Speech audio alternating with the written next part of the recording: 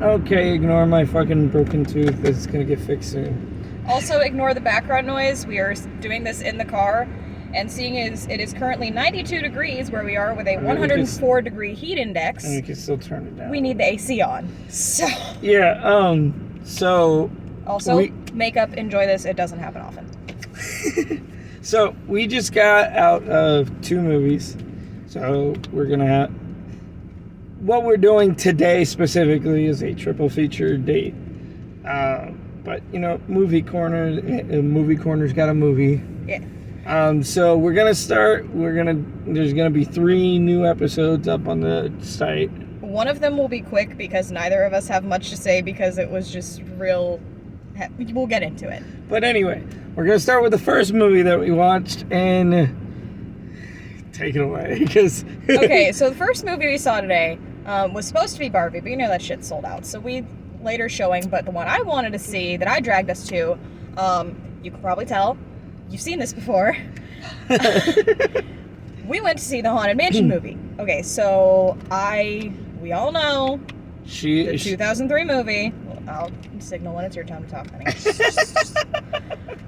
We all know the 2003 movie did not go over well critically or with audiences or with fans. There's so much bad shit in that movie. I still enjoyed it, but I was also the exact target age group for that movie when it came out, and it was something I saw in theaters with my dad, so I have a very nostalgic, happy connotation with it. It's a comfort movie. I turn to it a lot, but I think this one blew it out of the water in every conceivable way. The tone is a lot darker. Like, if you know the history, which you should if you've watched our other videos where we've done reviews, because I go into it. If you haven't, she'll put a link or something. There's still a lot of so everyone comics knows we haven't reviewed yet. The debate between Mark Davis and Claude Coates about whether it should be scary or funny, and how they ended up in a nice mesh. The beginning is all scare, and the ending you leave happy with Grim Grinning Ghost and all that. So there was a lot of that balance in this movie. It did tend more towards the scary side. And one of the first things I noticed once we actually get into it, I'm gonna put this out of the way now. We're gonna skip around a little bit because I need to get this out of the way before I cry. As many of you probably know, Rolly Crump, my personal favorite Imagineer ever. Yeah, not everyone follows it like you. Well, if Talk they're watching to the audience as if they're dumb. Okay, but they're watching a Haunted Mansion movie review. Some of them are going to be giant fucking nerds like me. So. Or the majority of them are going to be like me and have no idea what you're talking about. Okay, so then I will give you the background. So Rolly Crump was I hate that I have to say was one of, in my opinion, one of the greatest Imagineers who ever lived. Putting that on the record. He worked extensively on the Haunted Mansion. A lot of his ideas did not make it in. A lot of them were just too odd. And especially after Walt died, because Walt was really championing Rolly's, what he called Museum of the Weird, different weird stuff. There were several nods to Rolly in this. One of his chair designs that was going to go in his Museum of the Weird was featured. That's a little bit of an eagle-eyed Easter egg. Look up pictures, see if you can spot it. I know I did right away. There was also I was looking at you in the story that, like I said, it's going to skip around a little bit. Also, we do spoiler-heavy reviews here, so if you haven't seen it yet, hit the pause button. Now's your time. Okay, now you're back. You've seen it or you don't care. Cool. So you get to, obviously the Hatbox Ghost was the villain. Not everyone knew that going in. If you are obsessive and keep up, you knew, because this was also very reminiscent of the plot that was rumored a few years ago when Guillermo del Toro was supposed to have directed it. The Hatbox Ghost is the villain trying to collect all of these spirits from around the world. The Hatbox Ghost was given a name. What was his first name? Alistair. Alistair Crump. They gave him Rolly's name, and there are a lot of parts in this movie that will make you cry. Don't do what I didn't go in with full eye makeup. It's gonna run. Me cry. Liar, I heard you sniffling. I did not sniffle. What? You were sniffling. It was the kid that got you. I did not sniffle. I teared up a little, but I did not sniffle. Yeah, she's downplaying. But I got through most of that without crying too bad. And they said the name Crump, and I broke. Because really, I didn't understand the reference. And I'm sitting there crying, baby, they reference Rolly. And she's like, who the fuck are you talking about? But okay. And now I know how she feels when I mention superhero shit. Okay, put it this way. Imagine if you're a Marvel fan, remember how you felt the first time you saw that In Memory of Stan Lee pop up. Oh, God, that hurt. That was my feeling. We also didn't stay to see if there was anything like that after, because to be quite frank, I could not have handled it if there was. So I don't know if they did anything like that. But he did just pass this year. They might have. I don't know. Someone tell me. Either way, let's get to the actual movie. Yes, now that we're 5 minutes in. So the basic plot of the movie is the typical Haunted Mansion stuff where, family gets into it, they end up being haunted, and they need to figure out how to get out. Rosario Dawson had the best mom in a horror movie line ever. Yeah, nope, we're out. Like, not that usual, oh honey, it's all in your head. Like, it was like that for about all of 3 seconds until she saw that, the Night, which is also a reference to when they used to put an actual real scare actor in the Night for a hot minute until they realized people were throwing bags and shit and they had to stop the doom buggies a lot, so they stopped that. It was a reference to that, but she sees that Night, she's like, no, we're out. Get in the fucking car. We're going. So they then find out that once they enter the house, the ghost can follow them. So they start getting haunted. They start getting haunted outside of the house.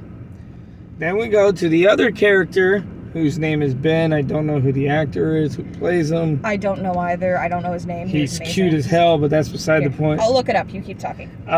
But Ben is what was he again before he, spoiler, his wife dies.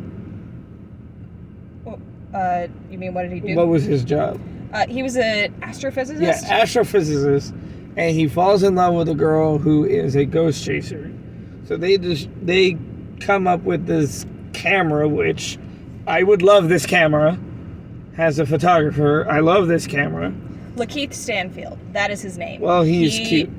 He's an amazing actor, too. But when his wife passes away, he basically lets his life fall apart.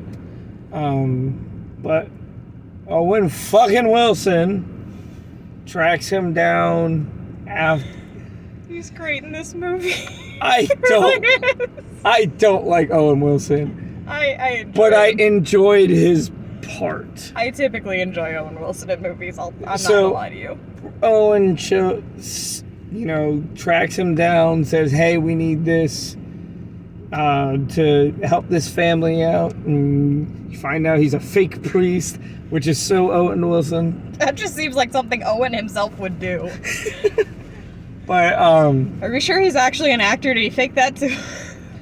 But basically what happens is once they set foot in, so Hatbox Ghost is needing one more soul.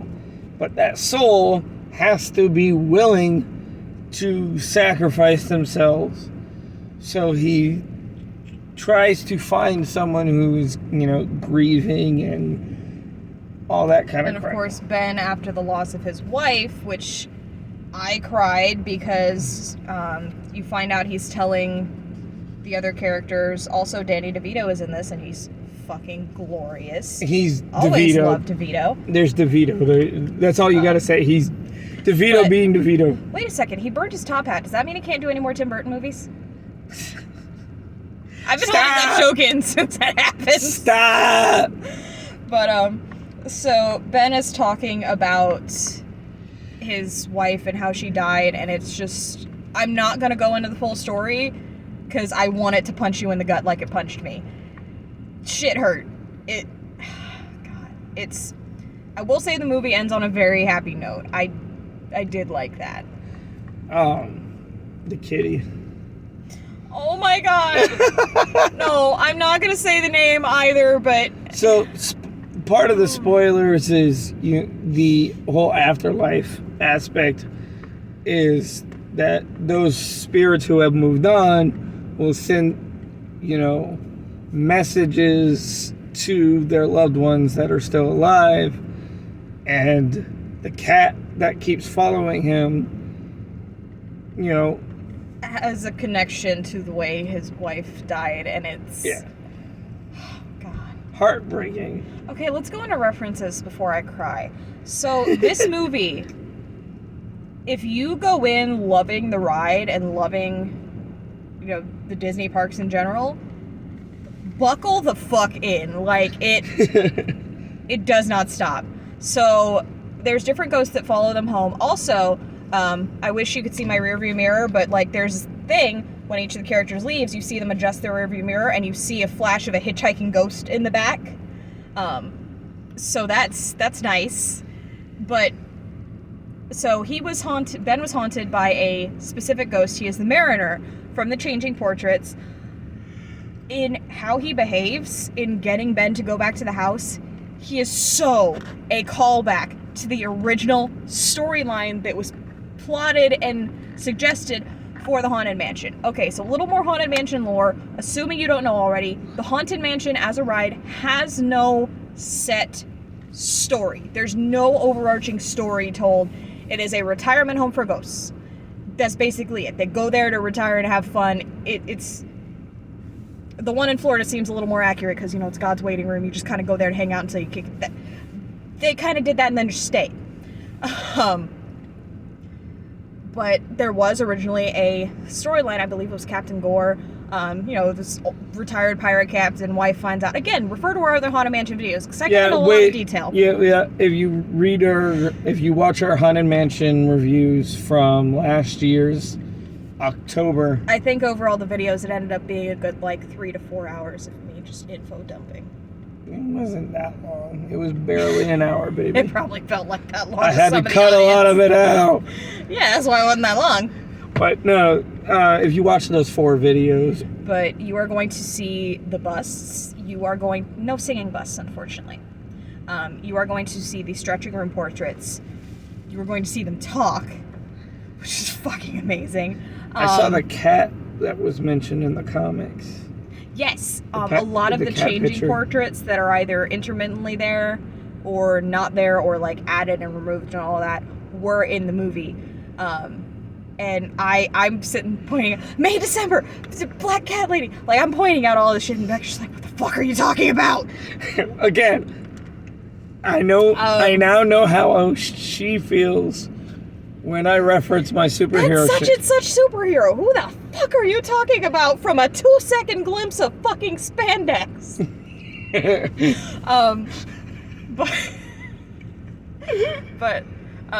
So there's a lot of references, and the one complaint that I had, lore-wise, as much as the lore stands, is the same that I've seen in a lot of my fan groups. The wallpaper's wrong! They did not do that iconic purple wallpaper with the eyes. That is the only thing I have bad to say about this movie. You talk about that? No, that is not. I don't think this dress actually has the wallpaper print anywhere on it. Other than that, though, it was spot on set design. The stretching room wallpaper, as far as my memory of the stretching room wallpaper goes, I could be wrong. I doubt I am. Was spot on, and they've got the gargoyles and everything. And it's just so good. But so back to actual plot. Who needs that? The people watching the review for the plot. The fuck. No. So once they get Ben and you find out that they're trying to get Ben's help to stop the ghosts from haunting them. But then you find out the reason they're trying to get help is because Hatbox, played by Jared Leto. Which I think I liked him because I couldn't even tell it was Leto. I think this is my only, people know I don't like Jared Leto. If you don't know that I don't, now you do. I have not gone into why I don't like Leto. I have not reviewed the Suicide Squad movies yet. I have not reviewed Morbius yet. Honestly, it's less to do with his depiction of the Joker, at least on my part, and more to do with his behavior behind the scenes. Method acting is not an excuse to act like a dick, Jared Leto!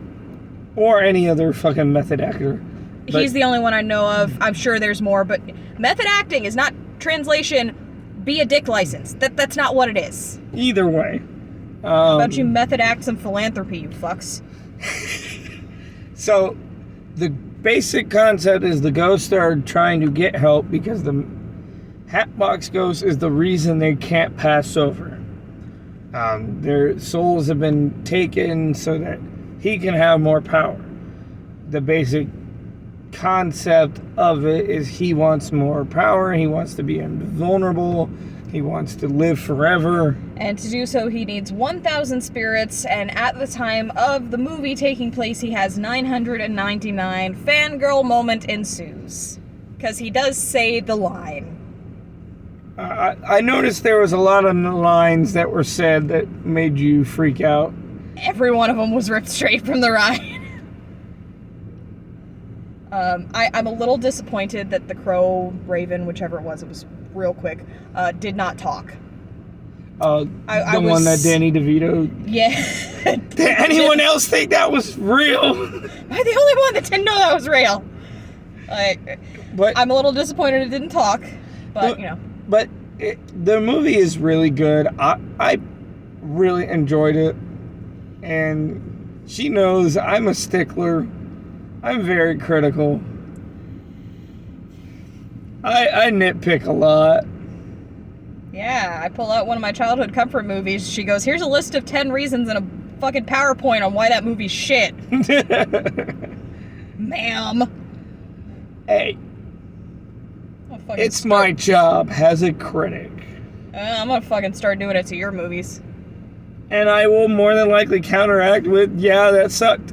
You are right. You mean like I do with the Black Cauldron?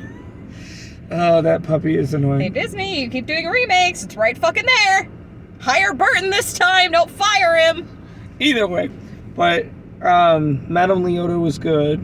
I love Jamie Lee Curtis and everything she does. She was perfect, as always. But, so that's basically the plot.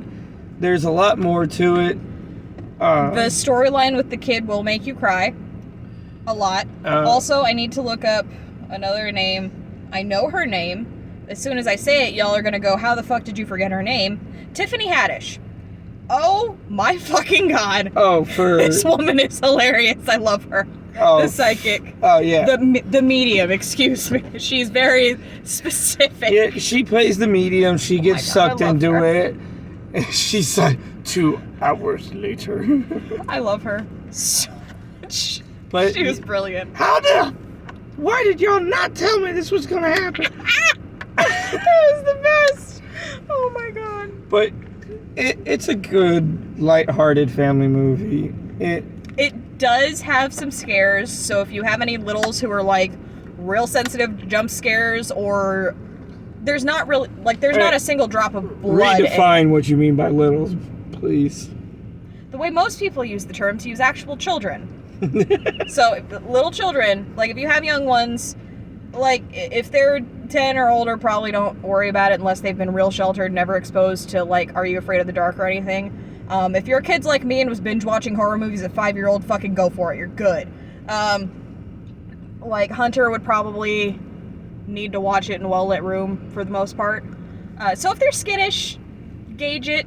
Kind of test your kids on some old Goosebumps episodes, because it does get kind of intense at moments, but there's a lot of levity to break it up. There's a lot of jokes. The actors play really well off of each other.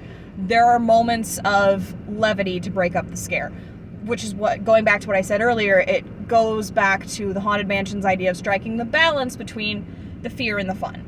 I think it does it really well, but again, it's more intense. Like, don't use the ride as a metric. It's scarier than the ride.